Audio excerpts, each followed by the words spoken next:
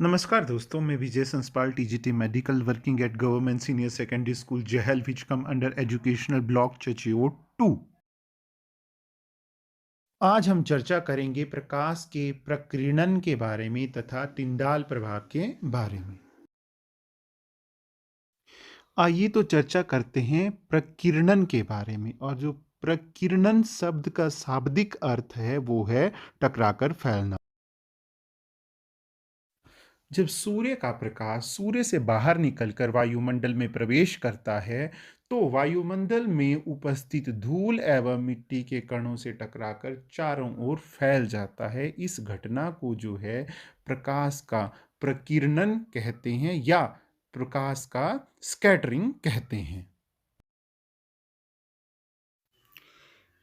प्रकीर्णन को हम ऐसे भी परिभाषित कर सकते हैं कि वायुमंडल में निलंबित सूक्ष्म कणों द्वारा प्रकाश की किरणों का असमान परावर्तन प्रकाश का प्रकीर्णन कहलाता है। हमने परावर्तन के बारे में पढ़ा हुआ है। हमें पता है कि मिरर से टकराने के पश्चात प्रकाश की जो किरण है वो एक निश्चित दिशा में परावर्तित हो जाती है। पृथ्वी का वायुमंडल सूक्ष्म कणों का एक विषमांगी मिश्रण है। इन कणों में धुआं, जल की सूक्ष्म बूंदें, धूल के निलंबित कण तथा वायु के अणु जो हैं वो सम्मिलित होते हैं। मतलब जो हमारा वायुमंडल है वो एक विषमांगी मिश्रण है। देखो उसमें सबसे ज़्यादा नाइट्रोजन गैस पाई जाती है, फिर ऑक्सीजन गैस पाई जाती है, धूल, धुंध के जो कण होते हैं वो उसमें निलंबित रहते हैं। और ये जो सभी कण होते हैं इनका जो आकार होता है वो बहुत ही छोटा होता है। हमने चर्चा की कि जब प्रकाश किसी मिरर के ऊपर पड़ता है तो जो प्रकाश की किरण है वो एक निश्चित दिशा में परावर्तित हो जाती है। परंतु यदि हम सूक्ष्म कण की बात करें, यदि हम इस सूक्ष्म कण को मान लें कि ये वायुमंडल में उपस्थित जो है नाइट्रोजन गैस का एक अणु है, तो जब इस अणु के ऊपर, क्योंकि इसका आकार तो बहुत छोटा है, जब इसके ऊपर प्रकाश की किरण पड़ती है तो यह छोटा सा कण जो है, यह सूक्ष्म कण जो है उस प्रकाश की किरण को जो है सभी दिशाओं में छितरा देता है। मतलब परावर्तन के पश्चात जो है वो प्रकाश की किरण जो है सभी दिशाओं में फैल जाती है और इस परिघटना को जो है हम प्रकाश का प्रकीर्णन कहते हैं। किसी कोलायदी विलयन में उपस्थित निलंबित कणों द्वारा प्रकाश का प्रकीर्णन होने की जो परिघटना है वो टिंडाल प्रभाव या टिंडल प्रभाव जो है कहलाती है। 9वीं कक्षा में हमने कोलाइड के गुण धर्मों के बारे में पढ़ा हुआ है। हमें पता है कि कोलाइड जो है एक विषमांगी मिश्रण होता है। कोलाइड के जो कण हैं उनका आकार इतना छोटा होता है कि ये पृथक रूप से आंखों से दिखाई नहीं देते हैं। इनके जो कणों का आकार होता है विलयन के कणों से बड़ा होता है, परंतु निलंबन के कणों से जो है छोटा होता है। और जो कोलाइड के कण होते हैं वो इतने बड़े होते हैं कि प्रकाश की किरण को फैला देते हैं तथा उसके मार्ग को जो है दृश्य बनाते हैं। मतलब ये टिंडल प्रभाव को दिखाते हैं। जब इनको शांत छोड़ दिया जाता है तब इनके कण तली में नहीं बैठते हैं, अर्थात ये स्थायी होते हैं। जो कोलाइड के अवयव हैं उनको छानन विधि द्वारा मिश्रण से अलग नहीं किया जा सकता है, परंतु एक विशेष विधि अपकेंद्रण द्वारा पृथक किए जा सकते हैं। कोलाइड के कण प्रकाश की किरण को जो है आसानी से फैला देते हैं। कोलाइड के कणों का आकार जो है वो सूक्ष्म होता है। जो उस पर पड़ने वाली प्रकाश की किरणें हैं उनको जो है वो विभिन्न दिशाओं में जो है फैला देते हैं, जिसके कारण जो है प्रकाश की किरण का जो मार्ग है वो आसानी से दृष्टिगोचर हमें होता है। आप देख पा रहे होंगे कि जो लेफ्ट साइड का बीकर है वहाँ पे हमें जो प्रकाश की किरण का मार्ग है वो नहीं दिखाई दे रहा है, क्योंकि वह एक समांगी विलन है, जबकि लेफ्ट साइड में जो है हमें प्रकाश की किरण का मार्ग दृष्टिगोचर हो रहा है, क्योंकि वह एक कोलाइडी विलयन है। आइए तो एक प्रयोग द्वारा इसे समझने का प्रयत्न करते हैं। तो आप देख पा रहे हैं जैसे हम सिंपल पानी के आगे टॉर्च रखते हैं, तो जो टॉर्च के प्रकाश की किरणें हैं उनका जो मार्ग है दृष्टिगोचर नहीं हो रहा है। इसके बाद जो है हम पानी में थोड़ा सा डिटॉल डाल देंगे, और डिटॉल डालने के बाद जो है अब ये एक कोलाइडी विलयन बन गया है। उसके बाद हम इसको थोड़ा सा स्टर करेंगे। यदि अब हम इस विलयन पर जो है कोलाइडी विलयन पर जो है टॉर्च की सहायता से प्रकाश डालते हैं, तो आप देख पा रहे होंगे कि हमें प्रकाश का जो मार्ग है वो दृष्टिगोचर हो रहा है। आइए समझने का प्रयास करते हैं कि टिंडल प्रभाव क्यों होता है। तो टिंडल प्रभाव को जानने का प्रयत्न करते हैं। यहाँ पर देखो हमने एक टॉर्च ली हुई है। टॉर्च की सहायता से जो है हम प्रकाश की किरणों को डाल रहे हैं। कहाँ पे? जो हमने बीकर लिया हुआ है उस बीकर में जो है हमने क्या डाला हुआ है? पानी डाला हुआ है, और पानी के साथ में जो है हमने उसमें डिटॉल जो है वो डाला हुआ है। ठीक है।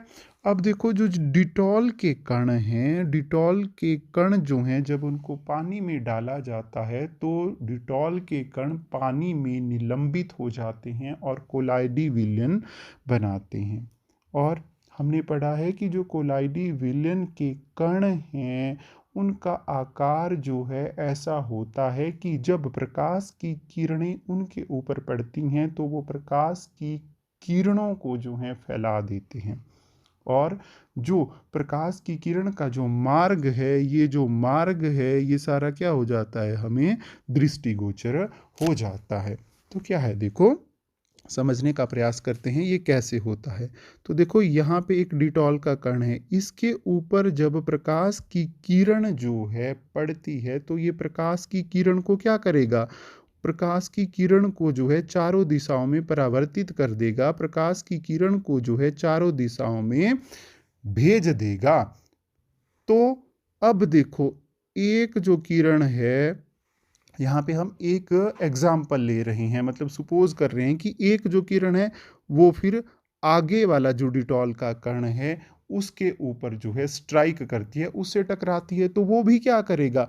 वो भी जो उसके ऊपर टकराने वाली प्रकाश की किरण है उसको चारों दिशाओं में छितरा देगा, उसको चारों दिशाओं में फैला देगा। फिर आगे इसी तरह से ये चेन जो है चलती रहती है, और ये जो सारे कण हैं ये ग्लो होना शुरू कर देते हैं, ये चमकना जो है शुरू कर देते हैं, क्योंकि ये प्रकाश की किरणों को क्या कर रहे हैं? फैला रहे हैं। अब इन कणों का आकार तो बहुत छोटा है, इनको तो हम देख नहीं पाएंगे, पर इस प्रकीर्णन की वजह से जो है, क्योंकि ये जो कण है ये जो प्रकाश की किरण है उसको क्या कर रहे हैं? उसको प्रकीर्णित कर रहे हैं, इसीलिए जो है जो प्रकाश की किरण का मार्ग है वो हमें दिखाई देने लगता है, और यही जो है टिंडल इफेक्ट के पीछे का रीजन है।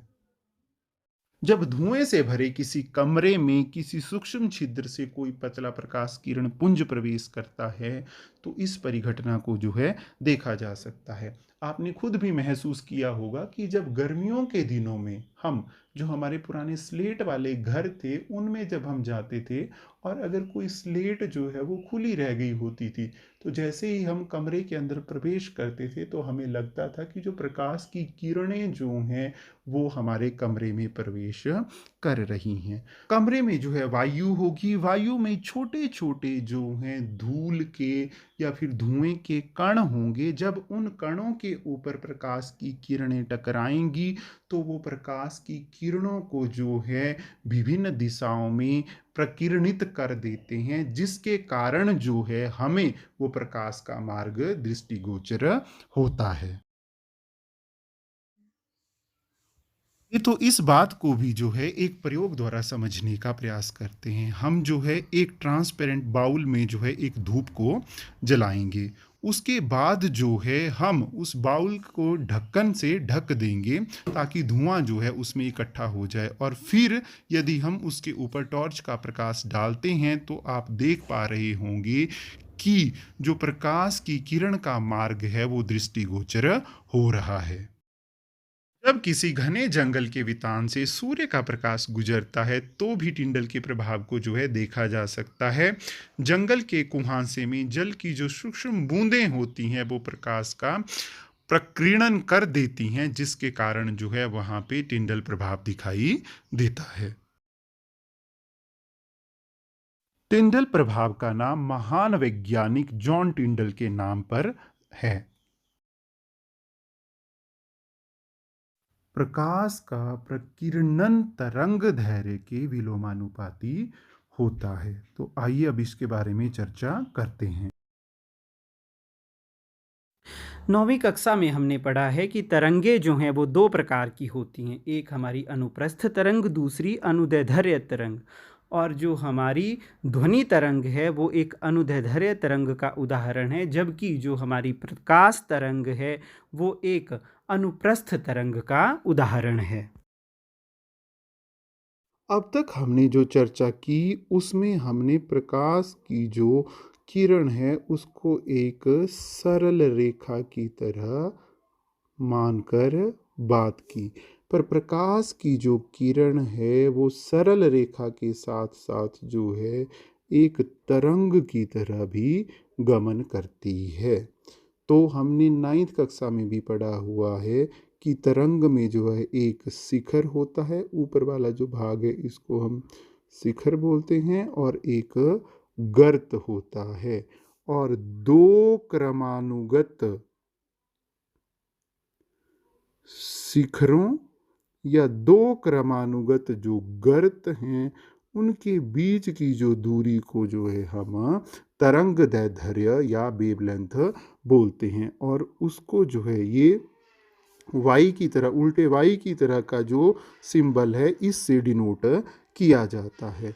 तो जो तरंग दैर्ध्य है वो दो क्रमानुगत शिखरों, क्रमानुगत मतलब जैसे एक के बाद दो आता है, दो क्रमानुगत शिखरों या दो क्रमानुगत गर्तों के बीच की जो दूरी है उसको हम तरंग दैर्ध्य बोलते हैं।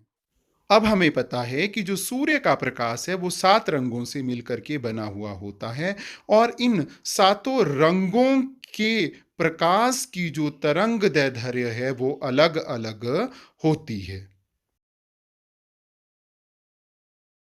तो लाल रंग का जो प्रकाश होता है उसकी तरंग दैर्ध्य जो है सबसे अधिक होती है। उसके बाद नारंगी रंग, फिर उसके बाद पीले रंग का प्रकाश, उसके बाद हरे रंग का प्रकाश, उसके बाद नीले रंग का प्रकाश, उसके बाद आसमानी रंग का प्रकाश, और जो सबसे कम तरंग दैर्ध्य होती है वो जामुनी रंग की होती है।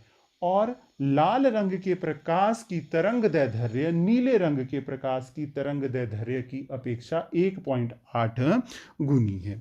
और हमने पहले भी बात की हुई है कि जो प्रकाश का प्रकीर्णन है वो तरंग दैर्ध्य के विलोमानुपाती होता है।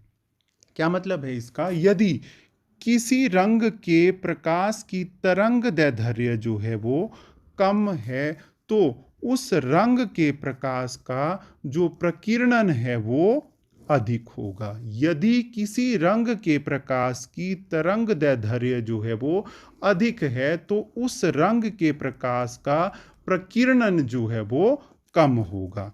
तो इस चर्चा से हम समझ सकते हैं कि जो बैंगनी रंग है, क्योंकि उसकी तरंग दैर्ध्य जो है सबसे कम है, इसलिए उसका जो प्रकीर्णन है वो सबसे अधिक होगा, जबकि जो लाल रंग है, लाल रंग की तरंग दैर्ध्य जो है सबसे अधिक है, इसलिए उसका जो प्रकीर्णन है वो सबसे कम होगा।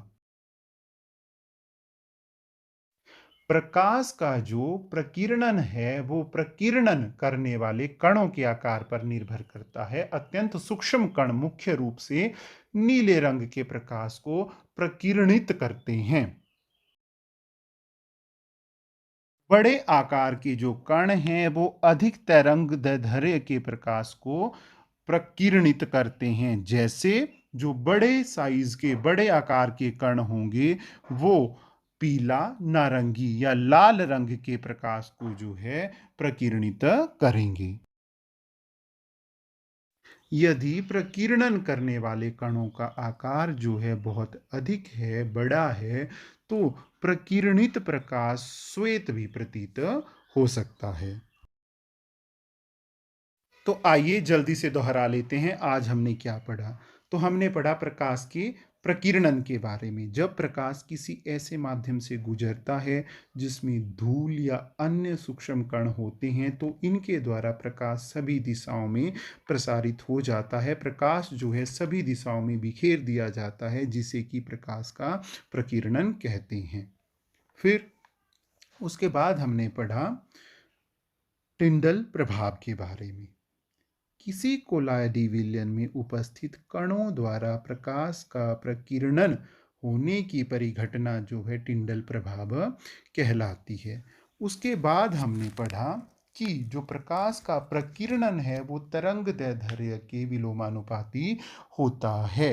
जैसे यदि लाल रंग का जो प्रकाश है उसकी तरंग दैर्ध्य जो है वो क्या है, अधिक है, तो उसका जो प्रकीर्णन है वो कम होगा। जबकि जो नीले रंग का प्रकाश है उसकी जो तरंग दैर्ध्य है वो कम है तो उसका जो प्रकीर्णन है वो अधिक होगा। उसके बाद हमने पढ़ा कि जो प्रकाश की किरण का तरंग दैर्ध्य है वो और किन बातों पर निर्भर करता है। तो हमने चर्चा की जो अत्यंत सूक्ष्म कण हैं वो मुख्य रूप से नीले रंग के प्रकाश को जो है प्रकीर्णित करते हैं। उसके बाद हमने पढ़ा कि जो बड़े आकार के कण हैं वो अधिक तरंग दैर्ध्य के प्रकाश को प्रकीर्णित करते हैं, जैसे कि नारंगी हो गया, पीला हो गया, लाल हो गया। फिर उसके बाद हमने चर्चा की यदि प्रकीर्णन करने वाले कणों का साइज बहुत अधिक है तो जो प्रकीर्णित प्रकाश है वो श्वेत भी जो है, सफेद भी हमें प्रतीत हो सकता है। धन्यवाद।